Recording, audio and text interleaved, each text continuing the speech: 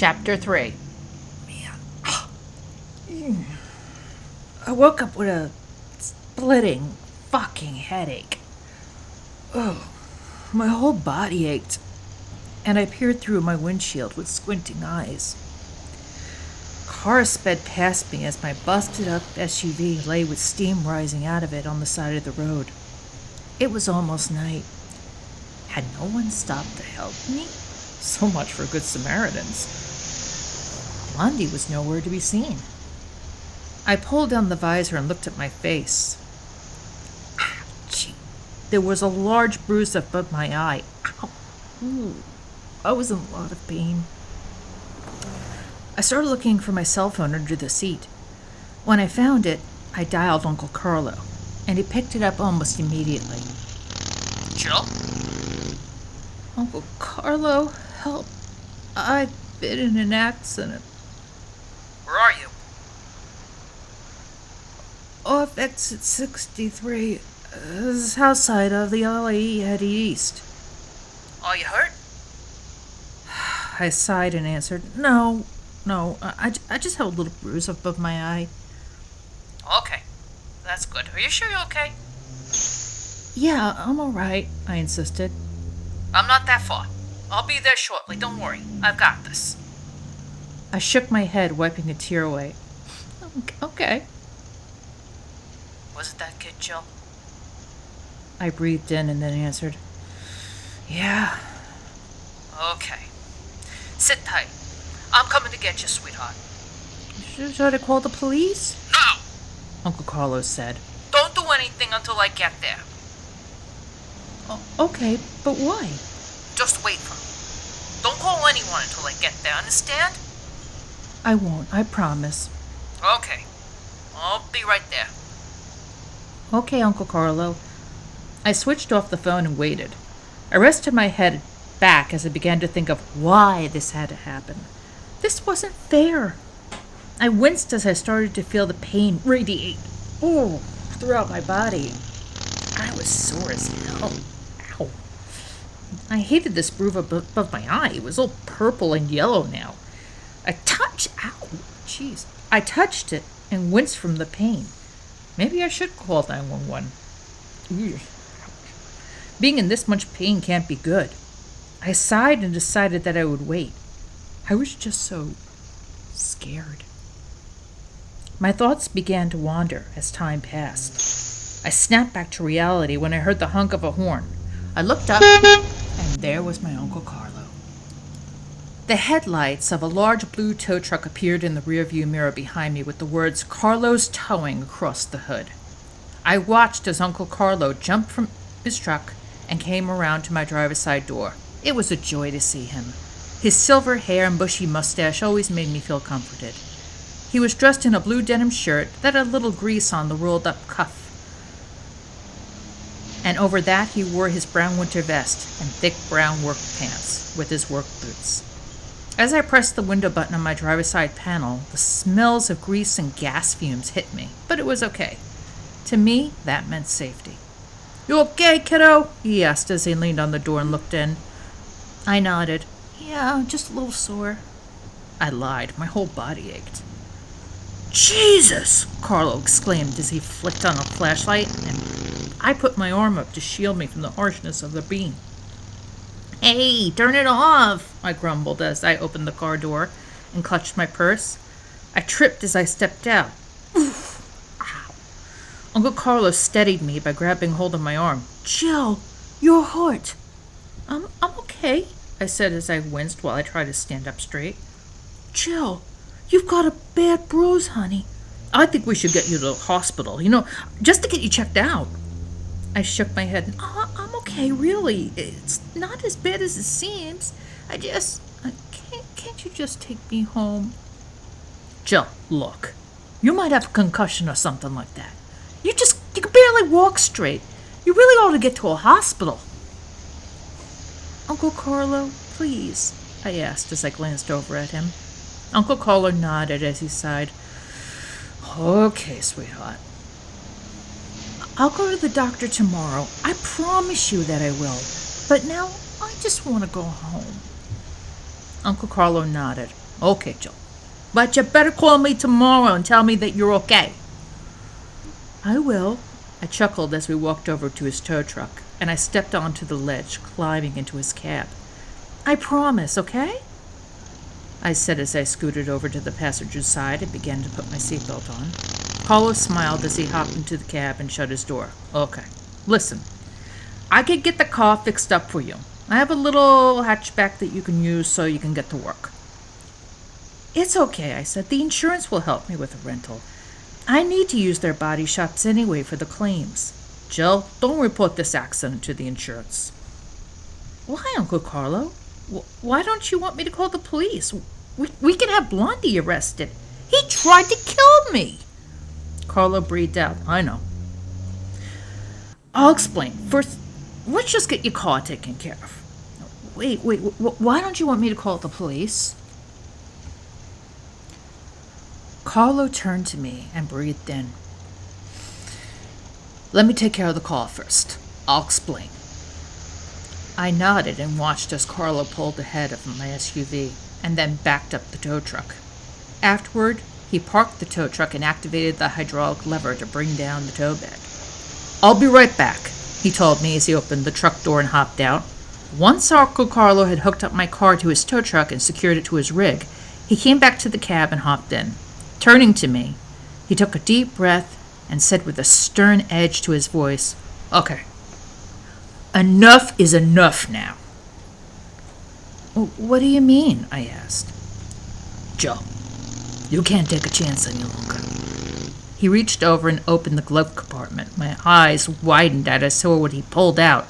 Uncle Carlo, what? Take it, Joe, he said as he handed the object to me. A gun? That's right. It's not a big gun. It's a lightweight. It's a Glock 19. It'll do the job. I don't know the first thing about guns, I exclaimed as I stared at it. Listen, I got a friend. I told him you might need some help. He owns a range out east. You can go to the practice. He'll teach you how to use it. There'll be no questions asked. Just say Carlo sent you to practice, and he'll take it from there.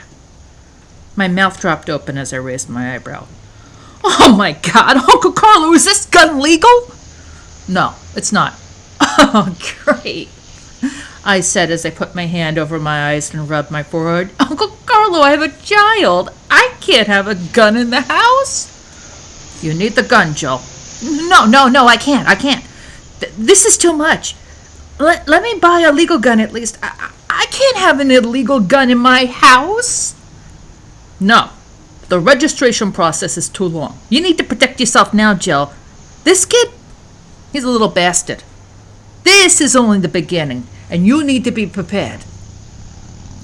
Prepared for what? I asked as my nerves began to fray. He breathed in and replied in a calm voice. Joe, he might try and hurt you again. I sighed and clutched my chest. Oh my God. But I won't let that happen. Neither will you. If you see that little jerk, shoot to kill. To kill? I blurted. To kill? I have to kill him? My uncle nodded. Why not just call the police on him? He tried to kill me. I have his plate number. They'll arrest him. Why would I need to kill him for? Joe, the police won't do squat, he scoffed. You need to kill this little shit if he tries to hurt you again. At this moment, that kid's plotting his next move. He's not going to go where he can be found. Once he has the opportunity, he's going to come after you. Uncle Carlo, this is crazy. Yes, it is. And irrational people like this punk don't play by the rules. You need to get ready, Jill. Tonight, you'll stay at our house. Tomorrow, I'll give you a car so you can get around. In the meantime, you'll give me his plate number. I will try and track this little shit down. Jill, you need to be ready to protect yourself. Starting tomorrow, go to the range that I told you about and practice. My friend won't make you show registration. You can practice there. What happens if I do end up shooting him? I asked. Then you call me. You say you got a problem and you need my help. That'll be the code. Code? And what happens next? family will take care of it. The family?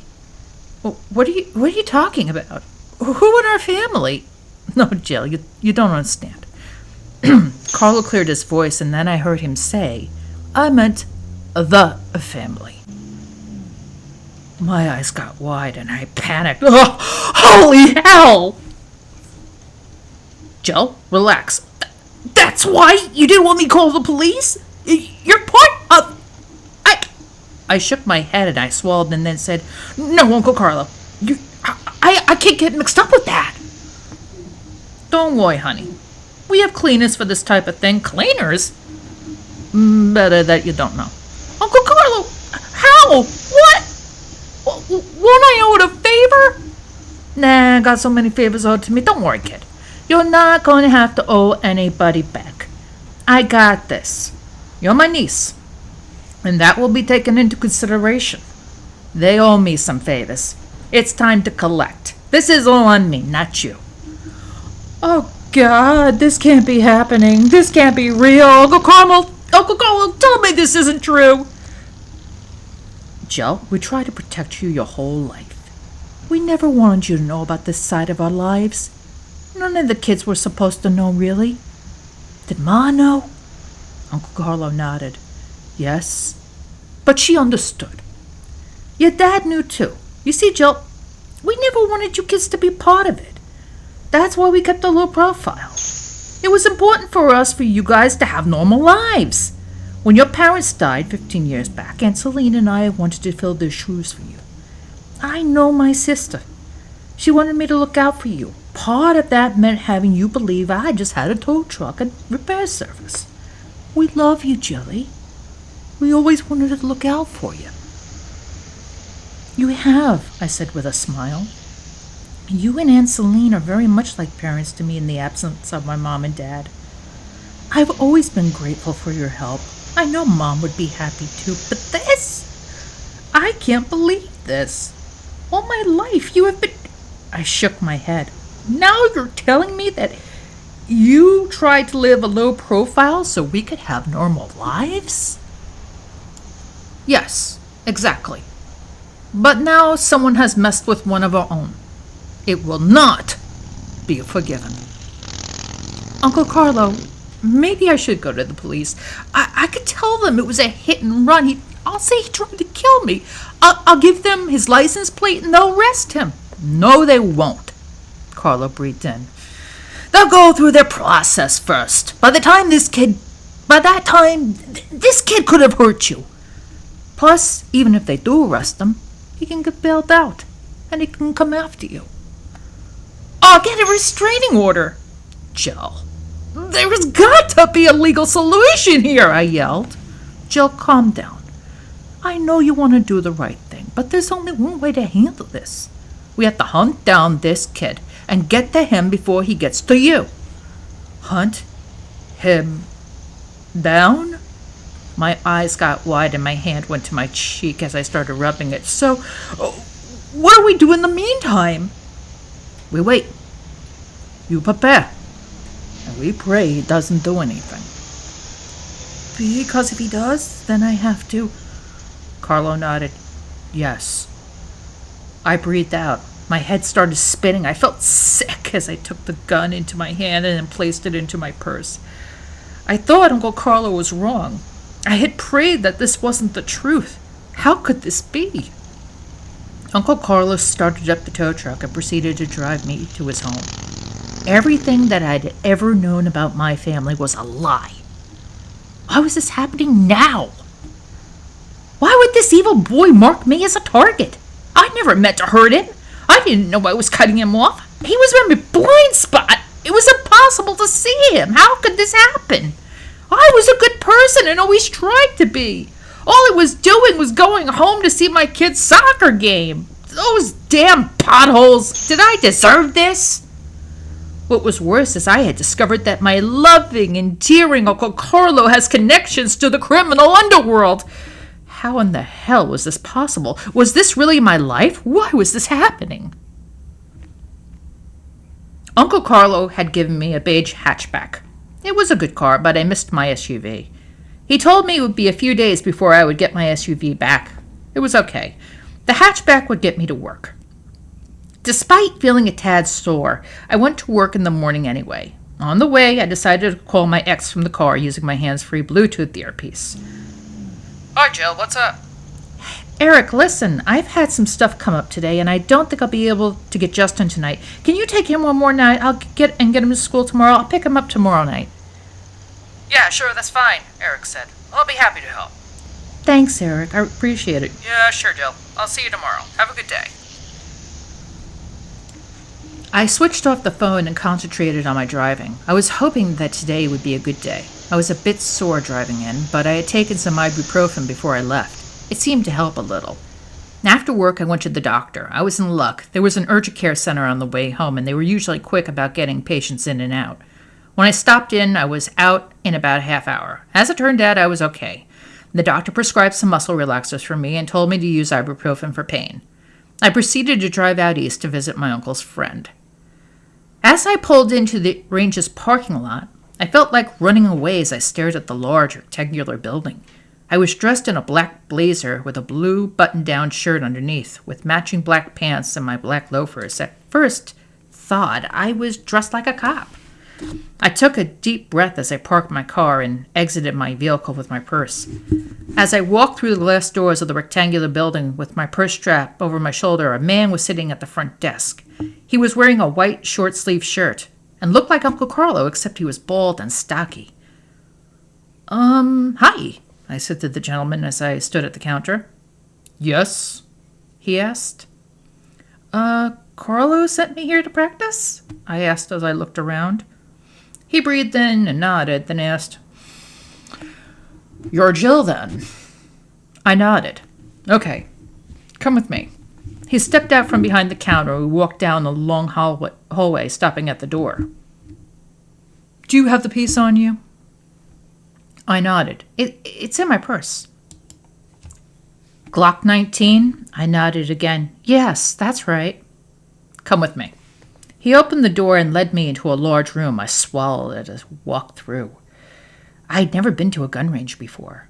When Uncle Carlo's friend walked me over to a cubicle, he leaned up against it. We were the only two people in this room. There were about 10 cubicles here.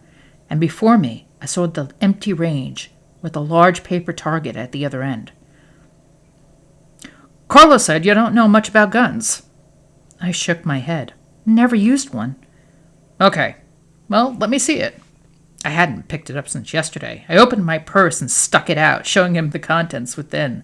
He huffed at me with a scowl as he took the gun out of my purse and popped off the magazine. He opened the chamber, peering through it.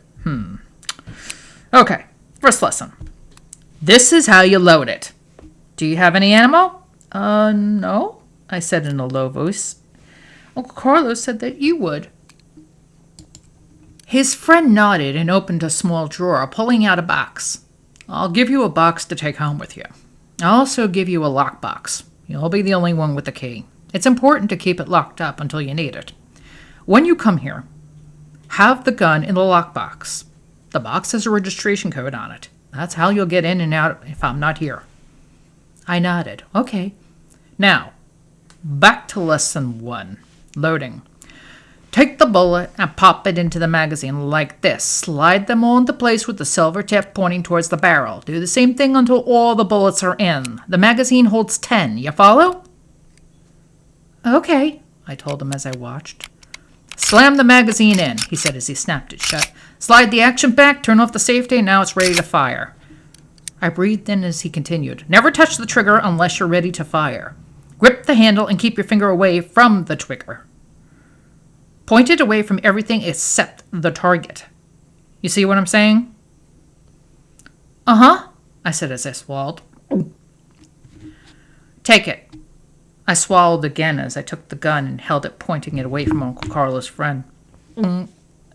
He then picked up a pair of earmuffs from the desk. They looked like the old-fashioned type with the huge ear cups, and he rested them around his thick neck. Okay, lesson 2. Stance. Turn to face the target. I turned to face the front of the range, and then I took a deep breath. With the gun in your hand, raise your arm so you're lined up with the paper target at the far end. Raising my arm and holding the gun, I did as I was told, lining it up with the target. Wrap your other hand around the hand holding the gun.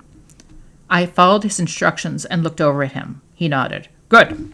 Now I'm going to step behind you and adjust you. I'm not getting fresh or anything.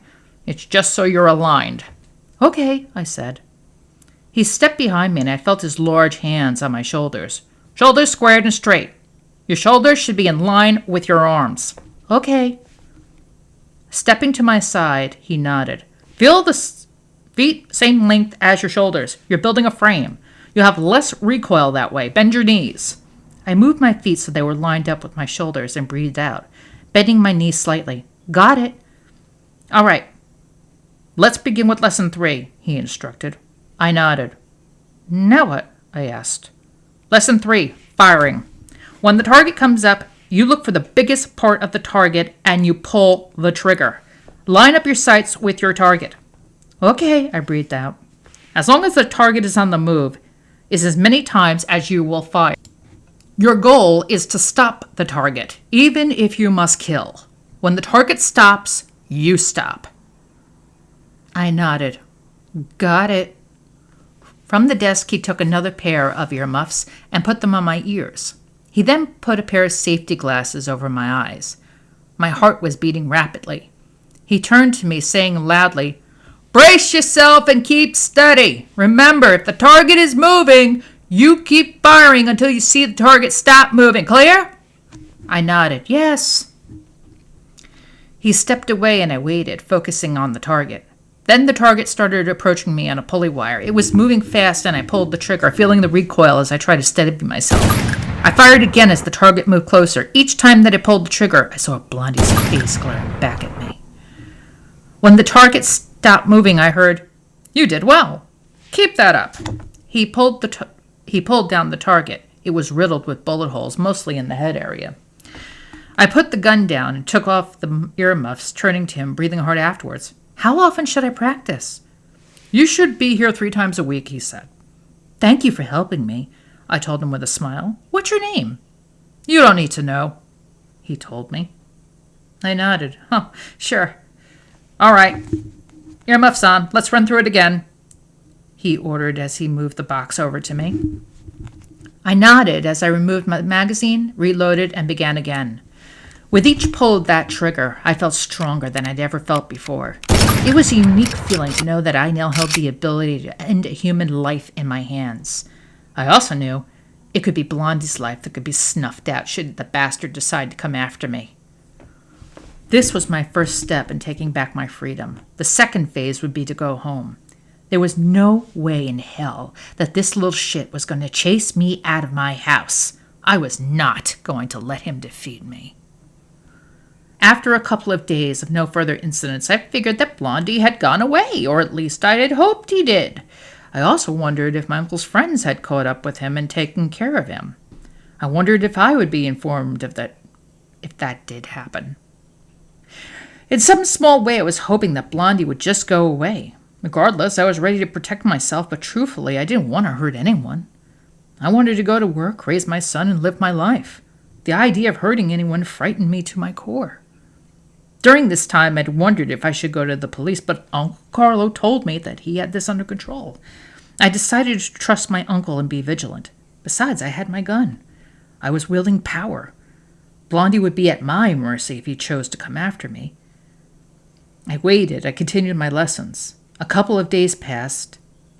Then the events of this morning happened. It was a crappy day. There were thunderstorms which raged outside. The rain was pouring down in buckets and it was dark out. Justin had just gone to school and I was about to leave for work. I came down the stairs dressed in my favorite navy blue business suit with matching navy blue slacks. I had just bought a beautiful white blouse to go with it, and I must say I looked like $1,000,000. As I picked up my car keys from my corner table, lightning flashed across the sky, and I stepped back with wide eyes, breathing out. Hi, bitch, I heard over the rain. I thought I'd come by for a visit. Can I come in and play? I peeked out from my front window as another flash of lightning came across the sky. Blondie, I said under my breath.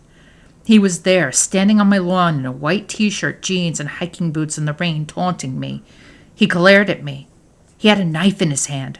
I started to shake, but I yelled at him as I opened my side window a crack. Get off my lawn! I'm coming for you, you fucking cunt. I'm going to finish the job I started. I stepped back as I breathed in. I was in trouble and became in fear for my life. As terrified as I was, I had to keep a clear head. I ran upstairs and put the key in my lockbox on my dresser. I opened the lid and stared at my gun. I turned my head as I heard pounding on the door. I heard him try the doorknob. It was locked. I'm coming in, bitch! You can't lock me out! I closed my eyes as I took the gun into my hand, followed by a deep breath. Breathing out slowly as I opened my eyes, I slammed the magazine into the weapon. I heard him pounding on the door again. The doorknob sounded like it was clicking from downstairs. You need to get out of here, I yelled. He laughed at me. I'm gonna fuck you up. The police are on the way. Go ahead, see if I care. The police can't help you now. You'll go to jail for this, and you'll be dead, he yelled. Don't you threaten me, kid, I yelled back. The pounding got louder. The thunderstorm raged. I snapped back the action of the gun and turned off the safety. I'm gonna kill you, you bitch, he shouted. Fuck you, I yelled, as I gripped the gun in my hand and stared at it. Oh, just you wait. Don't come in here, I shouted back. You can't stop me, bitch. I waited at the top of the stairs and knelt poised with the gun in my hand, ready to fire. I was staring down at my front door. My heart raced. I was sweating. My hands shook. I remembered Uncle Carlo's words, shoot to kill. My limited marksmanship training came into my mind, and I tried to control my breathing. This was it. I had a choice to make. So did he. How I wished he would leave at this point. Go away, I shouted. You're dead, bitch. The door opened. How did he get it open? He stood on my porch, looking up at me from the bottom of the stairs. I knew he was going to hurt me. I felt the evil from him as he grinned up at me, and I snickered. You fucking bitch. I narrowed my eyes. Go to hell! He took a step forward, and I pulled the trigger just as thunder boomed and lightning lit up the sky. I thought I heard him say, oh shit. Blood shot out from his head. He fell back, landing flat on his back from the fatal gunshot wound I had inflicted on him. His body was half in and out of the house. I looked down at him. He was lying motionless on my front porch. I breathed heavy as the smoke came out of the barrel of the gun. I had killed him. I had taken a human life. I thought I would have felt remorse for it, but the funny part, after it was done, I was happy about it. Blondie was gone. I would no longer be terrorized or threatened by him ever again, and he had only himself to blame. I was amazed that no one had seen or heard anything. I lived at the end of the street with woods on both sides of me. My nearest neighbor was down the road. I'd hoped he was out, gunshot. I hoped they had mistaken it for thunder. The gun fell out of my hand and I was frozen. I could only stare out at him as the blood dripped off into the rain puddles. Adrenaline took over. I ran down the stairs and dragged him into the house by his feet. I fell to my knees and reached across his body to close my front door. I could feel his blood saturate my clothes. I looked around. I saw the rug from under the coffee table and quickly moved the coffee table over to cover him with it. It was no loss. It was an old rug, and it was going to be thrown out soon. So now it would be used to cover up corpse. Okay. I took off my suit jacket and threw it on the floor next to him. There was blood all over my blouse. I stood looking around at the mess. I saw my phone on the corner table and picked it up. I dialed and hit the speaker button as I waited for someone to pick up. This is the attendance desk. Hi, Jill Singleton, extension 4567. I'm calling in sick for the rest of the day. Paid or unpaid? Paid? I waited as I heard keys tapping on the other end. Okay, you're set. Thanks. Feel better? Yeah, thanks. I hit the end button and then made another call, waiting for the other end to pick up. Hey, what's up? She said. Karen, look, something's wrong. What's going on? Well, it's like... I sighed and then said, hey, I've got a slight problem. Bring over a shovel and a bottle of vodka? What? I heard. You heard me. Get over here as quick as you can. What's going on? Just get here, I said. I'm tied up. I'll be done at 11. I'll come by then. Sure. Is it this bad? Bad doesn't describe it. Are you okay? Don't know. All right. I'll get there as soon as I can, okay? I nodded. Okay. Be cool, Jill. Relax. All right, I sighed. I switched off the phone and put it down. Blood was everywhere. It was on the wall, the floor, it was all around me. Just endless splotches of dark red blood everywhere.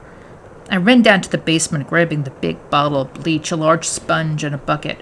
When I came back from the cellar, I sopped up the blood with as many towels as I could find, then poured bleach into the sponge and began to scrub. My mind was focused on my task. I'd never been the best housekeeper, but today I cleaned and scrubbed the shit out of my house. When I was done, the floor sparkled. You wouldn't have guessed a murder was committed. It was 10:30 when I finished. I tore off the rest of my clothes and threw them next to the body. Then I ran upstairs, took a shower, and changed. I came downstairs shortly after, sitting on my couch, waiting for Karen to come over with the shovel and the bottle of vodka. My mind came back to present day as I took another sip of my wine. As I looked at the door, I thought of how Blondie was resting in the trunk with a bullet in his brain in the spare bedroom downstairs. Across from my room, my son was sound asleep in his bed. I shook my head as I laughed aloud. Blondie. Blondie. I didn't know his real name, but Karen did. Karen had taken his wallet out shortly after he put him in the trunk. We had both finally put on latex gloves to avoid leaving fingerprints. When she looked at his license, she chuckled. Funny, I would never think that his name... he doesn't look like a... I don't want to know his name, I said as I turned away, putting up my hand. You don't want to know the name of the guy you shot? No. Okay. Karen put his wallet back in his pants and breathed out. Well, what do you want to call him? Let's just keep calling him Blondie. Okay, but aren't you curious? She asked. No, Karen, I said firmly as I turned to her. It makes things easier. I don't know his name. I don't want to know his name. I don't know who they're talking about. I won't know who they're talking about if it shows up on the news. You'll know if you see his picture, Jill. I don't care. He's Blondie to me, I snapped. Karen sighed and removed her gloves, dropping them in the trunk with Blondie. The bloody clothes, the gun, and the towels. Okay, fine. His name is Blondie, she said as she closed the trunk and locked it. Let's shift this into the back room. Get on the other end and we'll lift on 3. Ready? Yeah, I told her. Okay. 1, 2, 3. Together we lifted the trunk and carried it down the short hall to the spare bedroom. Then we shut the door. What the fuck? Did I do this? I couldn't have. I couldn't hurt a fly. I was always timid. I'm afraid of my own shadow when I walk out the front door, but then how? How was it that I could just kill someone? Did I do that? Did I murder somebody? I knew I did it. I remembered that when he laughed at me, I pulled the trigger and shot him. I watched his eyes get wide from fear and heard his last words. Oh, shit. I killed him. I shot him in the head. For his crime, he would rot in my trunk. Tonight, he would spend the night in my spare room. Tomorrow was another story. I breathed out. I couldn't believe that today I killed someone. Tomorrow I would be disposing of the body, or at least my uncle and his friend would. I got into bed and tried to go to sleep. I found I could. Was my nightmare truly over? Or was it just beginning?